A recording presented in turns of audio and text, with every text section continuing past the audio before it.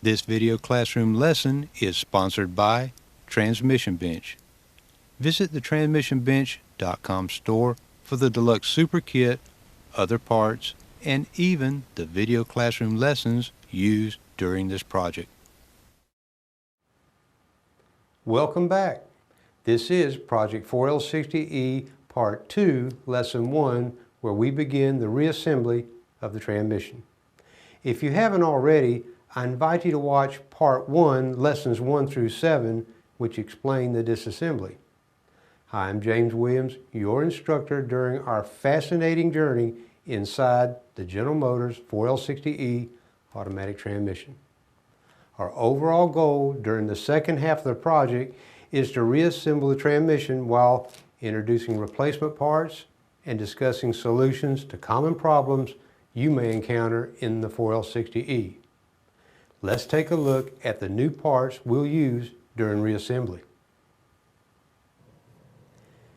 This is called a master overhaul package, and I recommend you start with this type kit because not only does it have all the gaskets, seals, and other small parts you need, but it also has new clutch pack steels and friction plates. This packet is called an overhaul kit and contains all of the O-rings, D-rings, gaskets, metal clad seals, and other small components typically replaced during an overhaul. Here are the replacement clutch frictions and steel plates for the 5 clutch assemblies in the 4L60E. Let's take a closer look at an overhaul kit I've opened up. The number of individual pieces in this package can be overwhelming at first sight, but keep in mind not all of them will be used on any one transmission. The kit includes more than you'll need because it covers various model differences over a period of many years. For example, this package covers years 1993 until 2003 and has 2 sets of separator plate gaskets. One set for models 1993 through 1999 and another separately packaged set for 2000 to 2004.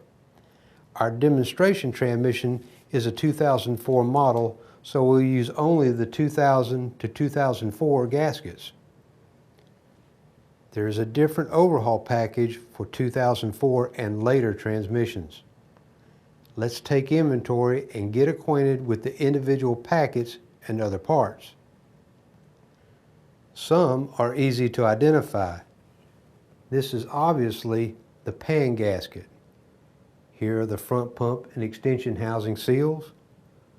This is the pump to case gasket. This is the pump to case D-ring. It's the largest seal in the kit. These are the extension housing to case square cut O-rings. The smaller diameter one is for years 1993 to 1995. The individually packaged subkits are well labeled with clear identification of the parts.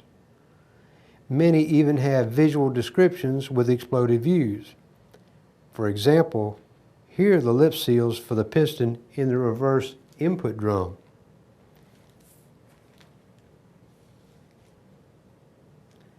Here are the square cut seals that go on the low reverse piston. These are the various filters we'll replace. This is a replacement 3-to-2 control valve spring which is found broken in about 50% of teardowns. This spring is a non-OEM part which can be installed in the valve body to prevent diagnostic trouble code 1870. I'll discuss it later. There are 3 accumulator pistons in the 4L60E. Here are the D-rings for them. We'll get to know the other parts later during the assembly. The kits include data sheets too. They provide the latest information on kit parts, rebuilding procedure, torque specification, and even check ball locations.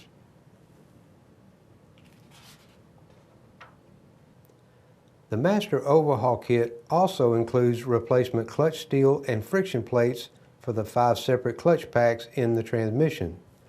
On this skin pack card are the friction plates. Notice not only the 5 neat stacks, but also the conspicuous differences. Each of the 5 clutch types have very different diameters and splines. In other words, they're easy to identify as you assemble the transmission. Let me introduce you to the 5 clutch packs as I point out its corresponding friction. These frictions go in the forward clutch. These go in the low reverse clutch. Here are the overrunning clutch frictions. Here are the friction plates for the reverse input clutch. And finally, the 3/4 clutch frictions. They have a greenish color to indicate they're made of a high energy material which can tolerate more heat.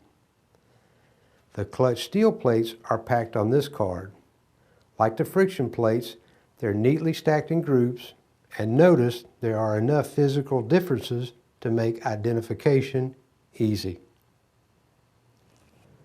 There are other new parts used during our project, and even though I go into detail about each one during the reassembly, I'll mention them briefly now. They are a bushing kit, booster sleeve and valve for the pump, 1 to 2 and forward accumulator pistons, shift solenoids, 3 to 4 forward and overrun clutch pistons,